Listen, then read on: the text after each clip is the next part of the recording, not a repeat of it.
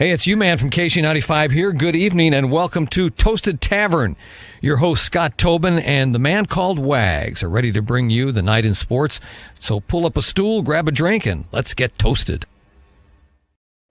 Hello and welcome into the Toasted Tavern. I am Michael Wags, Wagon Connect, joined alongside by Scott Tobin. And yes, if we do look exhausted, it's because we freaking are after the long-ass trip that we had in Kansas City. Successful trip in Kansas City. We'll talk a little bit about that and our thanks and our trials and tribulations when we get into that here in just a second. Man, Scott, how are you doing today after a successful weekend in my mind? It was a great weekend, man. We had a lot of fun. It was a good time. Yesterday was interesting to say the least. Your day as well today, but yeah, it was a successful trip. It was a fun trip, and I look forward to doing it again. I am right there with you as well. We got to take the show on the road for the very first time this weekend to Kansas City. We went to the Negro Leagues Baseball Museum, spent the afternoon on Saturday there talking with Dr. Ray Doswell, Mike Claiborne from KMOX, and Kurt Nelson from the Royals Hall of Fame. An absolutely amazing day. We actually ran into a couple of Cardinals as well. Why don't you tell them the story about who we almost knocked out of the lineup on Saturday night? Maybe we did because he hasn't played since then. But yeah, so Saturday morning we have to be at the museum. The show started at 12:30, so we got there about 10 o'clock, and we get there and it's already pretty busy. So they usher us in through the gift shop, and we're walking in carrying all of our equipment. And some nice Cardinal fans stopped Wags and said, "What are you guys doing? What's going on?" And Wags is telling them about the show and when we're broadcasting and stuff, and they're asking questions. And as that's going on, I turn my head. And literally right over my shoulder with the mask on, like literally 2 inches from my face, was Paul DeJong. And like we made eye contact, and you can tell that he knew that I knew who he was, and he listened to Wags, and you could tell that he was kind of nodding in approval that we were from St. Louis doing a show. But it was that moment of, oh my God, it's Paul DeJong, and it just didn't quite sink in, or we should have grabbed him and done a couple of minutes. But you and I both just kind of looked at each other as we walked out. We're like, that was Paul DeJong, right? Well, when I turned around, he had his mask off, so I got to see everything. Yeah, I got to see everything, and that's when I was like, "Dude, that is freaking Paul DeJong." But we had our hands full of just everything. We had all of our equipment with us, and we were going right into the baseball museum, and it was like that quick boom, boom, boom thing, and we got in, and we're like, "Holy crap, that was Paul DeJong." We probably should have said hi. But if we did, it may have caused a stampede. So I'm actually kind of glad that we didn't say anything like out loud. But I think you're right. I think when he locked eyes with you and when he locked eyes with me, I think all of us knew what was going on. But We were like, okay, we got you, but we got you. And I think he was probably waiting to see if we were going to say something or do something too at the same time. But like you said, it was like wall-to-wall people in the gift shop. If we would have been like, oh my God, Paul DeJong, he would have been trampled at that point. That he would have. And then he wasn't the only Cardinal that we got a chance to see at the museum. Unfortunately, not getting to meet them in person, but around the outside of the museum where all the exhibits were at as we were setting up, we just happened to look up and who did we see? There was some pitcher guy named Alex Reyes who might be pretty good. And then the guy that runs the team, some people might not have been excited to see him. We were. Mike Schilt was there with Alex Reyes as they were taking a tour of the stadium, which is a really neat thing that Mike Claiborne is involved with every year, getting those guys in and people that haven't been there before, making sure they get a tour of the stadium. And Dr. Doswell did a really nice job of taking them on a guided tour around the stadium or around the museum as we set everything up on Saturday morning.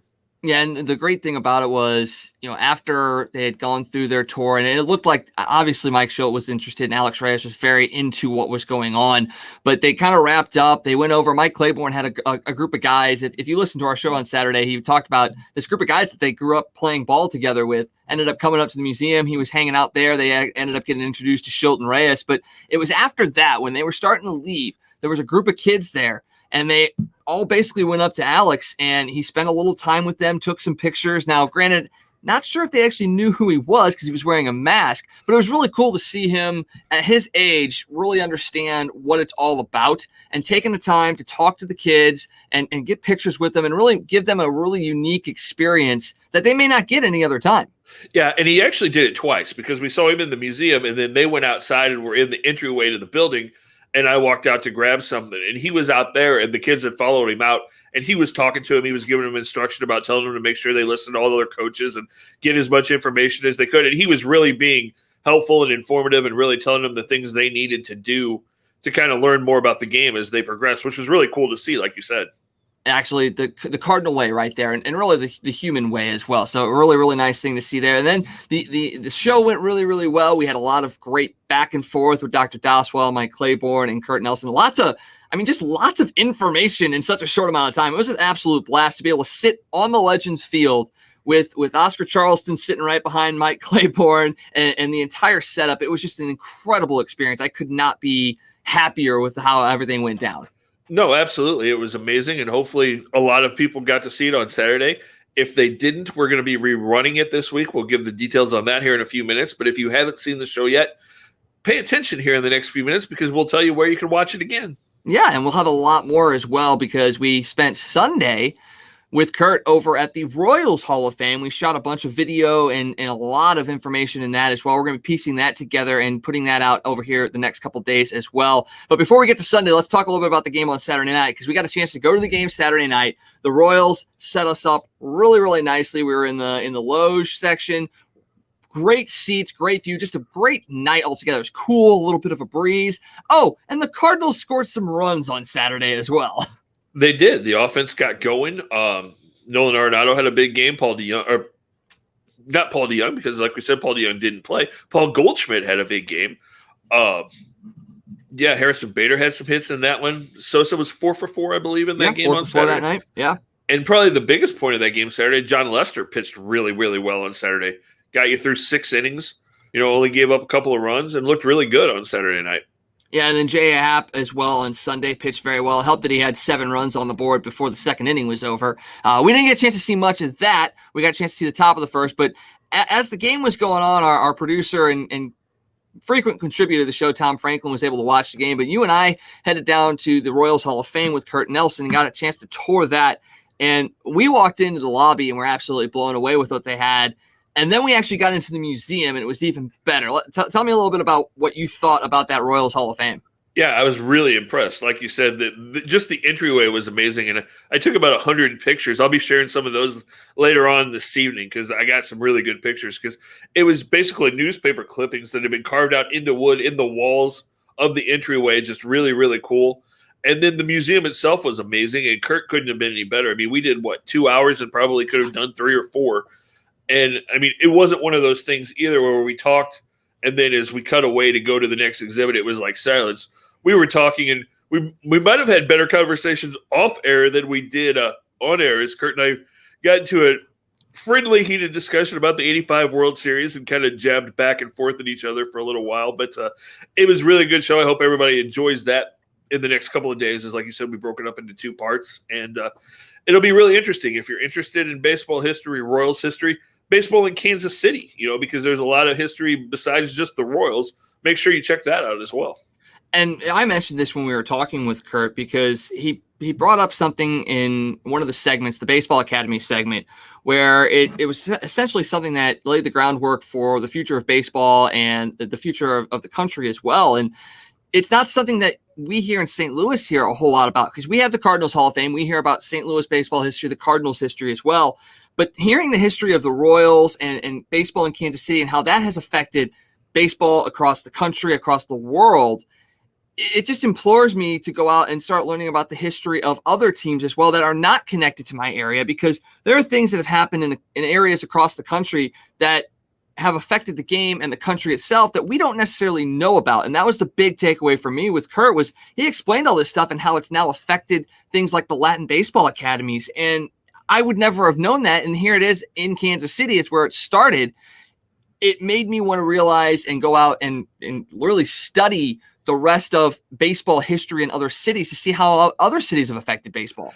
Yeah, absolutely. It was really interesting to hear. I'd heard for years about the Kauffman family and Mr. Kauffman, all the things that he had done in Kansas City and, the Kauffman Foundation and all of those things. But to hear about the academy and to hear that he was not only concerned about creating good baseball players, but creating good people and helping them go to school and learn how to handle their finances and do all of those things so that they were successful the rest of their lives, just made you even more impressed with him and want to learn more about the family and the history of the organization, like you said. And how great is it that you have two class organizations like St. Louis and Kansas City and the ownership groups that they have and everything that they've done for their cities and for baseball. It just makes you feel glad and lucky that you have not one, but two great organizations and ownerships in the state. Absolutely. Absolutely. It's something that the state of Missouri should be very proud of. Very, very true. And hopefully we get that I-70 series here coming up in the next couple of years as well. That'd be pretty nice. Yeah, that would be great. And just going to urge people, if you've not made that trip to Kansas City, to go check out Kauffman Stadium. It's a beautiful ballpark. You know, the ballpark's almost 50 years old, but they've done a lot of renovations, added a lot of things, and it's really a trip. I would definitely recommend it. Yeah, we saw the statues that they have there. Obviously, they've got the fountain. They've got their brand new, well, not brand new, but it's been around for a little while. But their scoreboard is amazing, and they've got this really neat and really cool kids area as well with a ball field and all that stuff that is kind of tucked away in the back. But it gives you a chance to let your kids kind of waste some energy while you're still able to watch the game as well. Yeah, kind of similar to the ball field that they've built in Ballpark Village outside of Busch Stadium. You know, a little bit bigger version because they have a little bit more open area outside Kauffman. But yeah, just a really nice area, nice kids zone. And yeah, it's a really pretty setting. There was a nice breeze all weekend. It was beautiful in Kansas City. And everybody that we dealt with the organization were friendly and first class. So we have to thank them again, 100%. Oh, yeah, we have a lot of people to thank. I mean, we have Dr. Doswell and Bob Kendrick over at the Negro Leagues Baseball Museum and the Baseball Museum itself because they were so accommodating with allowing us to come in, get the lay of the land, set up, do a show there, kind of have our way with walking around the exhibits, and we couldn't thank them enough. They've shared our show across their networks as well. We have to thank KMOX's Mike Claiborne because he was a guy that really kind of helped us along this way as well. And it has gotten us into a point where maybe we can bring on some Cardinals here in the near future. We got to thank Kurt Nelson as well from the Royals Hall of Fame. We have to thank the Royals themselves because they were able to get us tickets to the game on Saturday night. They did a lot of stuff for us as well. I have to thank the Kansas City Hall of Fame and really the city of Kansas City as well because it was a great area. We went to Arthur Bryant's. We went to Gates' Barbecue as well. We got to experience some of that. All very accommodating and gracious people, great food, just an overall great trip. And after you do your thanks, we'll talk about Sunday night.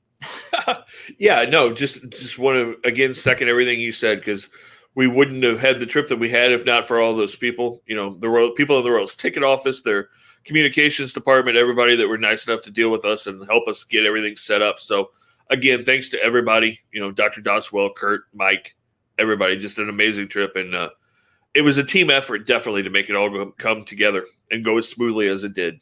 Yes, and Tom Franklin, thank you, because without you, we would not have been able to produce a show of that magnitude and showcase what we're able to do. And hopefully that leads to more off-site shows and maybe the Cardinals Hall of Fame and maybe other places as well. So we're going to be hopefully doing that. And if that happens, I will not be the one driving because Sunday afternoon was an absolute blast. So we get done with the Hall of Fame. We stick around and watch some of the Cardinals-Royals game. We leave about the 7th inning. We're trucking it to get back home. And about 25, 30 minutes outside of Kansas City, all of a sudden, back left tire on the driver's side decides to just go out. Flat tire, pull off to the side of the road. Obviously, it's in the middle of nowhere. We got to call a tow truck. Well, the tow truck takes about 2 hours to get to us. Walmart is open till 7. Well, guess what time we got there? 6:58. And Walmart said, nope, sorry, can't help you. Can't help us. Cannot help us. So we got a call for a ride from St. Louis. We sit in the Walmart parking lot for 2.5 hours. Not just in the parking lot. We went inside. We got to browse around a little bit, played a little football, maybe almost got kicked out, but not actually. We didn't actually get kicked out. You know, hopped over to the McDonald's real quick. We did the wonderful curbside ordering, not in our car. I'm sure you saw the picture, but I tell you what, I appreciate Scott and Tom's patience with everything that went down on Sunday night as far as the flat tire, waiting for a tow, hanging out in a very, very rural Walmart in Higginsville, Missouri, and then spending 2.5 hours crammed between me and a car door as we were transported back home until about 12:45 at night when we finally got back into town. But that was absolutely an ordeal, but it did make us a little bit stronger as a team, I'm sure. Yeah, and I enjoyed it. I took a walking tour of the town of Higginsville. I was roaming through subdivisions and checking out the town as we waited for our ride. So it was interesting. It's something we'll talk about for a long time. So, but all in all, it was a great trip. It really was. And the nice thing is I did hear from Tom today. So all three of us have not been contacted by the government after the weird lights that we saw over by Whiteman Air Force Base last night. So I think we're good. Oh no! Now you just put it out. Now you just put it out on social media again. So yeah, you'll be hearing from them probably by tomorrow morning. They'll be pounding on your front door.